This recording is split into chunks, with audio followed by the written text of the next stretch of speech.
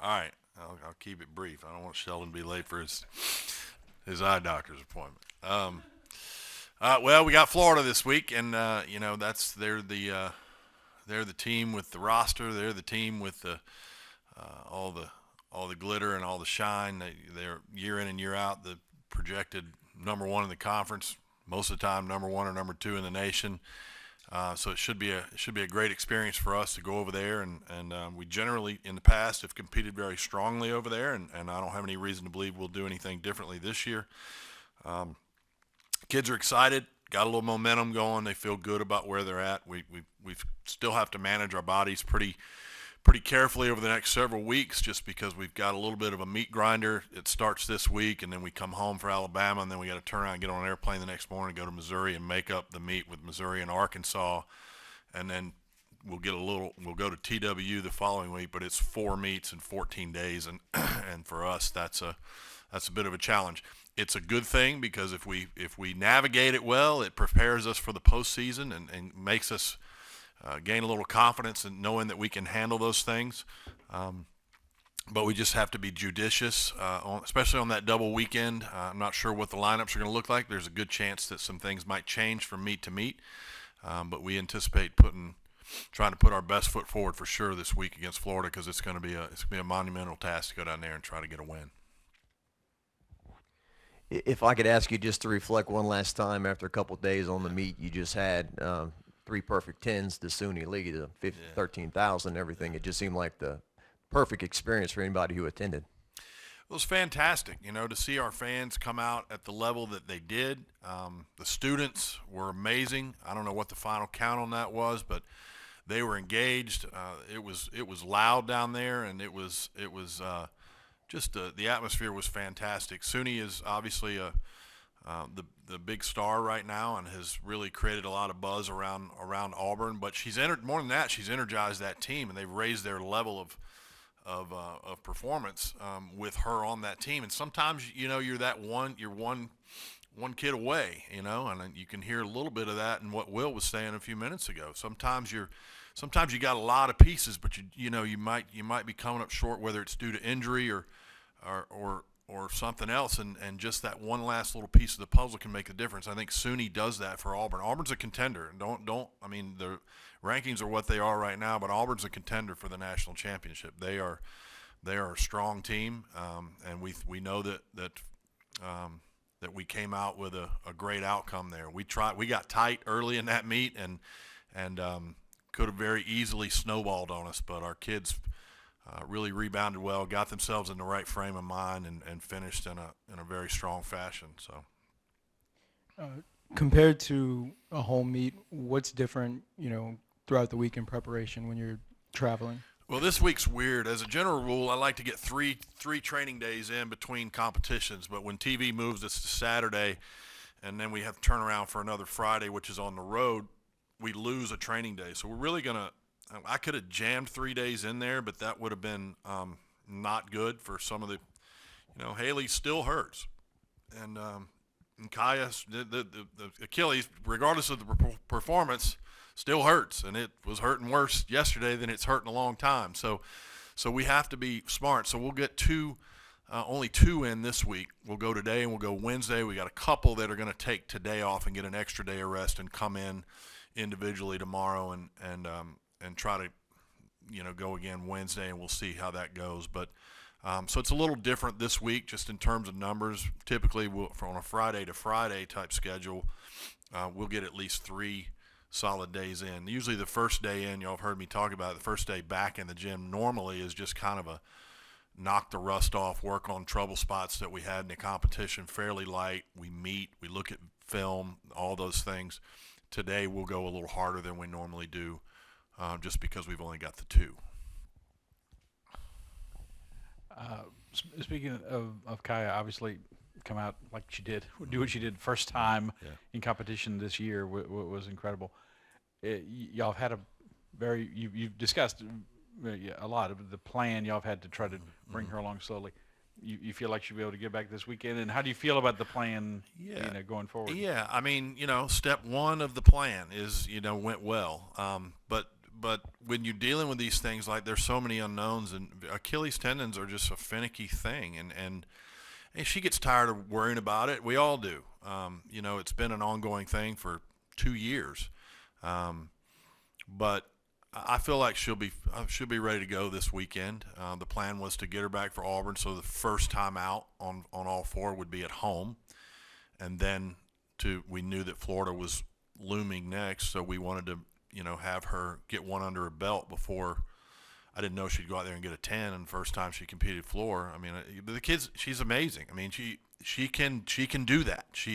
There's a lot of different types of athletes out there, and she's one that doesn't lose things. Timing doesn't go away. She's incredible that way, and so I think she'll be fine if the Achilles will allow her to. We got plenty of treatment on it yesterday, and we're going to go real light on her today, so she'll probably get 1 day in before we go, and but hopefully the plan is for her to be in. How far off right now do you feel like she is from being at or close to full strength? And same question for Haley. She's at as full strength as she's going to get. I mean, she's at full strength. It's just it's trying to manage her numbers and reduce the risk of anything catastrophic going on with the Achilles tendon. And there's no magic formula to that. There's no empirical data that I can rely on that if you do this or don't do that you're gonna survive it. It's just more of we check day to day how she's feeling and where she's at, and that's been what we've had to do for the last 2 seasons, and knock on wood, we've been okay so far, but we've just got to keep playing it by ear. It could come down to the day of a meet where we make a decision to pull her out. You just don't know. I mean, the whole thing started on a walkthrough at Florida 2 years ago. We went in for a walkthrough, and she just sprinted down the runway, and it had bothered her a little bit, but all of a sudden it was worse, and it's never gotten better. We went through the shutdown where she wasn't able to do gym because nobody could go anywhere. That didn't improve it. That amount of rest. We went through a summer where I told her don't do anything with it. That didn't improve it. So it is what it is, and there's just no. If you had a crystal ball, to know how this was going to work out, it would help, but they don't make them anymore, I guess. Yeah, Haley's in a much better situation. Hers is just about pain management. We're not concerned about anything that's going to happen long term at this point. That would hinder her. I mean, of course, it could happen again, and then we'd be shut down a couple of weeks again. But from a structural perspective, we're not anticipating anything out of this that would cause her to have some kind of issue where she'd have to have surgery or anything like that. Hers is just about communicating where she's at. If she's favoring it, then we've got to know that. If it's hurting and she's favoring, you don't want a kid punching and landing on one foot, and we have to watch that from different angles to make sure that she's level in her gait and when she does takeoffs. So we watch that pretty carefully, but we're not as concerned on that one. You talked a lot beginning of the season about mental toughness and who is going to be the dog that kind of gets you through. Mm-hmm. And just now you just said that they stopped kind of a snowball effect. Mm-hmm. I know it's at home. Yeah. So is there anything that you found there that you can also rely upon on the road? I think so. I think it's just, regardless of at home. In some ways, being at home, there's more pressure because they want to do so well for their fans. And when you have that many fans, you get all that positive juju from the fans, all that energy that's coming down, and we can hear it, and we can feel it, and feed off of it. But also, they feel an obligation to perform well for their fans, and so I think it's just a mark of a team that's maturing and that has hurt us in the things that we've talked about. We've talked about the difference. The last week we came back from Georgia, and we talked to the team about what's the difference between want to and got to, want or have to. One is sort of a mindset that can get on you real quick and cause you to be desperate. The other, want to or get to, is about desire, enthusiasm, freedom, just attacking what you're doing. And so there's a fine line between that. They're both very competitive. Everybody in the gym wants to get out there and do well. But one can lead you down a path where you get tight, and the other one leads you down a path where you're confident and you're on autopilot. And so I think they really kind of heard heard that messaging. They got together and had a team only meeting. I think that a lot of the seniors were instrumental in that, and they came out with just a little different outlook. This past meet, your leadoffs were really strong. It's just kind of the same idea of just the team collective, but those girls obviously have seen a lot and done a lot for you, and to come up big, set the table, because you do have some rookies, I guess, following in behind them. We do, and we talked a lot about Christina Desiderio in the last week or so, and she was a big key in that meet when she started beam and floor with 9.9. One was a 9.925, one was a 9.95. I don't remember which was which, but that's incredible. I mean, people don't understand. There's not many teams in the country that have somebody that can start you off at that level. Those are scores that come at the tail end of people's lineups in most cases. And her demeanor last week was unlike anything I'd ever seen out of her. There's a difference in her right now. I think our table setters are, and Kaya's the same way on bars. And she didn't have her best bar routine, but week in and week out, she does things at an incredibly high level. We put Elena back in. I mean, she's an SEC vault champion and was the first time she'd gotten to vault for us this year, and it was as a result of Alona having a little bit of a knee thing and wasn't warming up well, and she got us off to a great start. Elena is a little bit of an unsung person too in a lot of ways, in that she's always there. She's steady. She's a steady hand, and was able to step in at a moment's notice, start us off with a 9.85 on vault. So those positions are incredibly important.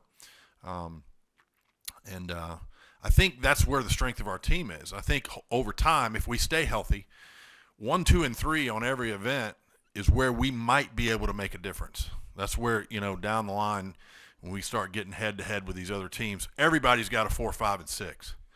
But the difference is, where do your 1, 2, and 3 stack up when you get against the best teams in the country? And I think we got a chance to stack up pretty well if we can stay healthy.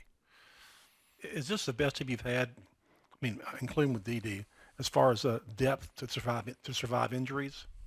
Well, I think just by virtue of the fact that those 5 seniors from last year are back, it gives us more numbers. Now, a couple of them are reduced in their contribution level just because of the nature of their bodies being kind of beat up and unable to do everything. Bridget and Reagan can't do but one event now, and but I would say it's as deep a team as we've had. I don't know that it's the most deep, but it's as deep as any team we've had. Back to Haley for a second. That vault on that foot, can you put that into perspective for us? She's I don't know there's ever been a bigger, better vault done in college gymnastics at the level of consistency that she does it, and she was confident. We didn't exactly, light it up the first few vaults down the runway, and we needed somebody to kind of strike the match and get us going, and she kind of just looked at me before she went and just was like, I got this, and she just boned it. I mean, it was ridiculous. I mean, it was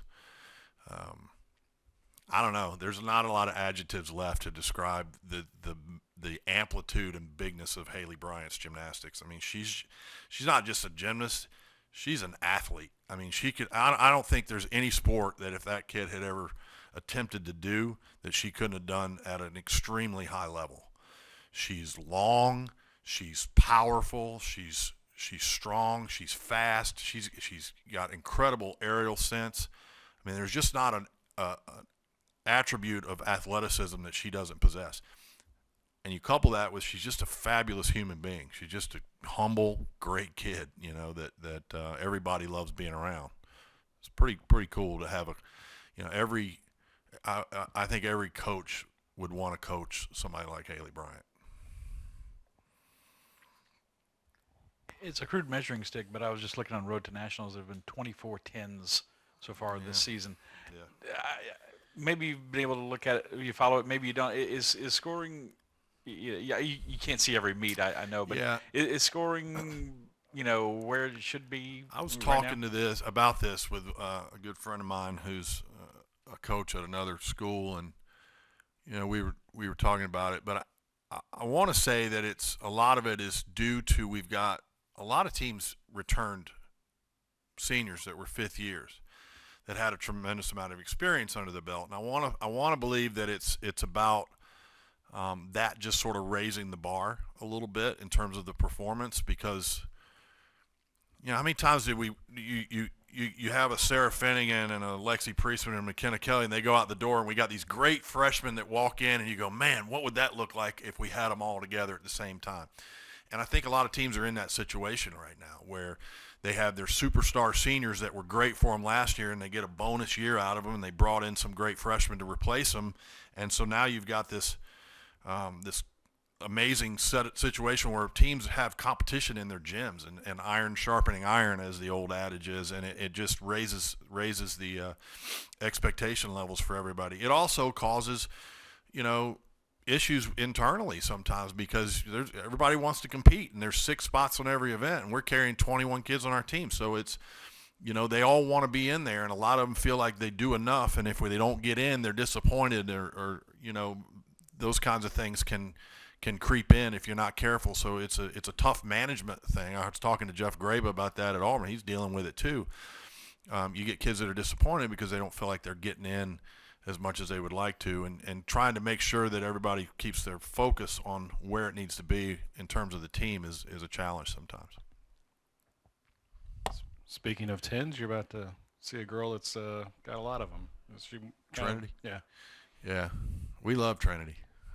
We wanted Trinity pretty bad, and got to know her and her family pretty well during the process, and she's another great, not just a great gymnast, just a great person, and always look forward to seeing her. Not from a competitive standpoint, if. Yeah, well, they all know each other. I don't know if you noticed, but Suni gets her 10 on bars, and our team's walking over to bars. We're about to rotate, and it's like a parade of hugs. They're hugging each other. They know each other. They've been to national team training camps together. They're all friends. They got group texts that they're all in together, and so, while our fans and everybody's all like, we got to crush these people and do all this, the kids are just there's a ton of mutual respect and admiration that goes on, and Trinity's that way. Some of our kids know her very, very well, and so it's no different when we go down there. We all want to win, but it's I don't know, man. It's different. It's not football.